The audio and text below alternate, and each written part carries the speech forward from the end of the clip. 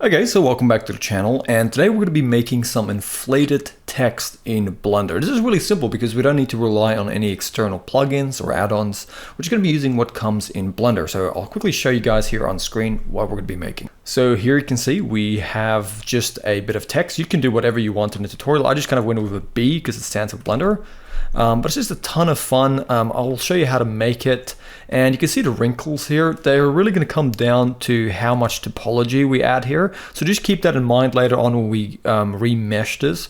The higher you set this, the more wrinkles and folds you're going to get. And some people might want that, but on the end of the day, it's also going to be a lot more processor intensive. So just keep that in mind later on in the tutorial. But we'll also be covering here the materials as well and setting up some nice lighting to get this kind of result. So as always, I also will be putting my finished result here on my Patreon. So those of you who are on Patreon, down in the description, you'll be getting access to this Blender file as well. So let's jump in, and I hope you guys enjoy learning how to do some inflated text in Blender.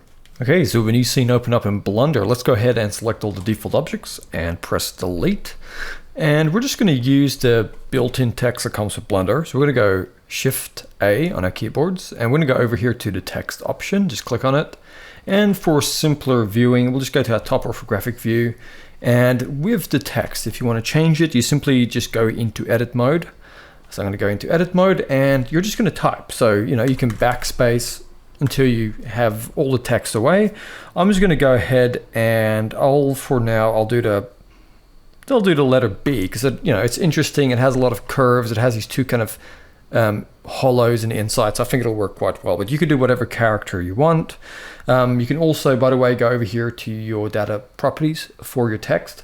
And I'll do a video on this at some point, but you can also go to your font and import custom types of font into Blender. That'll be a video for another day, but for now we're just going to go with the B, and let's go back into object mode. And what we're going to do now is we're just going to press F3 on our keyboard. So we're going to type in convert, click on convert to, and then just click here on the mesh option here. There we go. So now if we go into edit mode, we got this mess. We're just going to select all of it. We're just going to go G and move it kind of in the middle here. And that'll also kind of more match our origin point. And with it all active, we're just going to go E to extrude and extrude up. And let's give it a little bit of thickness. Don't worry about all this really messed up topology, because what we're going to do is we're going to go back into object mode. We're going to go over to our modifiers, and we're going to go add modifier. We're going to search, and we're going to type in RE, and you should see an option here come up called Remesh. We're going to click on that. It should look like a mess at first, but what we're going to do, you're going to come here to the sharp option, so it maintains our edging. And we're going to come here, and let's bump this up to a value of 8. Now, if your computer struggles, you can always bump this value down a little bit, but I wouldn't go any less than 6 or 5. And then what we're going to do is we're going to enable here smooth shading, and let's come to the drop down and let's just click on apply. Okay, so now if we tap into edit mode, you're going to see this is quite a mess. Now, what we need to do here is select all of the edges, and you might think, like I did at first, that we have to go here and hold in shift and just go all the way around and take forever to do this messy topology here. But it's actually a really cool feature in Blender. So what we're going to do, we're going to type in F3, we're going to type in select sharp, and we're going to go to select sharp edges. And there we go. Blender is going to use its algorithm and find the sharp edges. We're then going to go to our object data properties. We're going to go to our vertex groups here and click plus. With these edges still selected, we're going to go ahead and assign them to the group. You don't have to name the group, but generally it's good practice. So I'm just going to go and call it pin, just so we know that's are the bits that are going to pin in our cloth simulation, but you don't have to name it. Let's go back into object mode. Make sure to save whenever we're going to deal with physics. So I'm just going to save this to my desktop. I'll just call it inflation. There we go. And we're going to now go over to our physics tab with our character or letter selected. We're going to go over to our cloth simulation here. Enable that. We're going to take the quality steps up to 10. It doesn't really matter in this case, because even if you bumped it up higher, because this is going to be a very short simulation. We're going to go down to our stiffness settings. We want to take this down. We're going to take the top one to 3. The compression will make that 2.5. And the shear, we're going to make that 3. We're then going to go down, keep scrolling down, and we're going to enable pressure. We're going to give it a pressure of 800. Then we're going to come here to our cache, and we need a very short simulation here, so we don't need to do 250 frames. I'm going to go with I'll go with 25 frames. That should be more than enough over here. And then we're going to scroll down, and we're going to go to our shape. And so Blender knows where to not simulate. We're going to go ahead and click on pin groups here. We're going to select our group that we assigned all those edges to.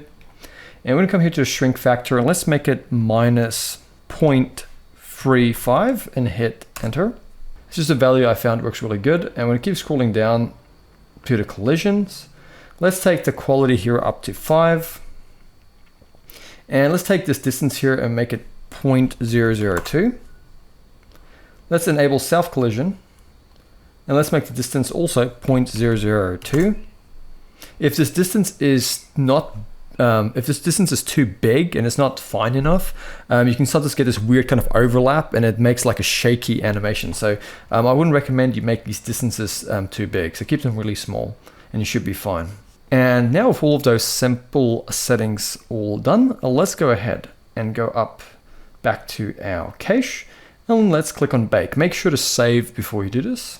Okay, so it's now done caching, and I will tell you, because I'm running a mid-range computer, I did have it crash as it was caching. So what I did is I deleted the bake, and I went here and I changed my quality settings down to 5 at the top, and down in the collisions here, I set it down to 3. Also, if you're still having trouble after doing that, when you do remake it, just when you add the remesh modifier, just turn that number down a little bit. On the end of the day, these settings do give you results, but it also depends on your computer. It can take a really long time to cache. But in this case, I'll quickly show you, once it's done caching, this is what you should have. So I'm just going to take my end frame value here down to 30. So we only need that. And what you can do is you kind of drag through your simulation and find where you to the point where you want it. I'm going to go something like this. Now, because this is very high topology, we've got all of these wrinkles. That's what I wanted. If that's too much for you, at the remeshing stage, definitely don't take your topology so high. Like, don't go all the way to 8, maybe go like 5 or 6. So what you're going to do, you're going to take it to the end of your simulation to where you like the wrinkles. You're going to go over to your modifiers, and you're going to come to the cloth, and you're going to apply it.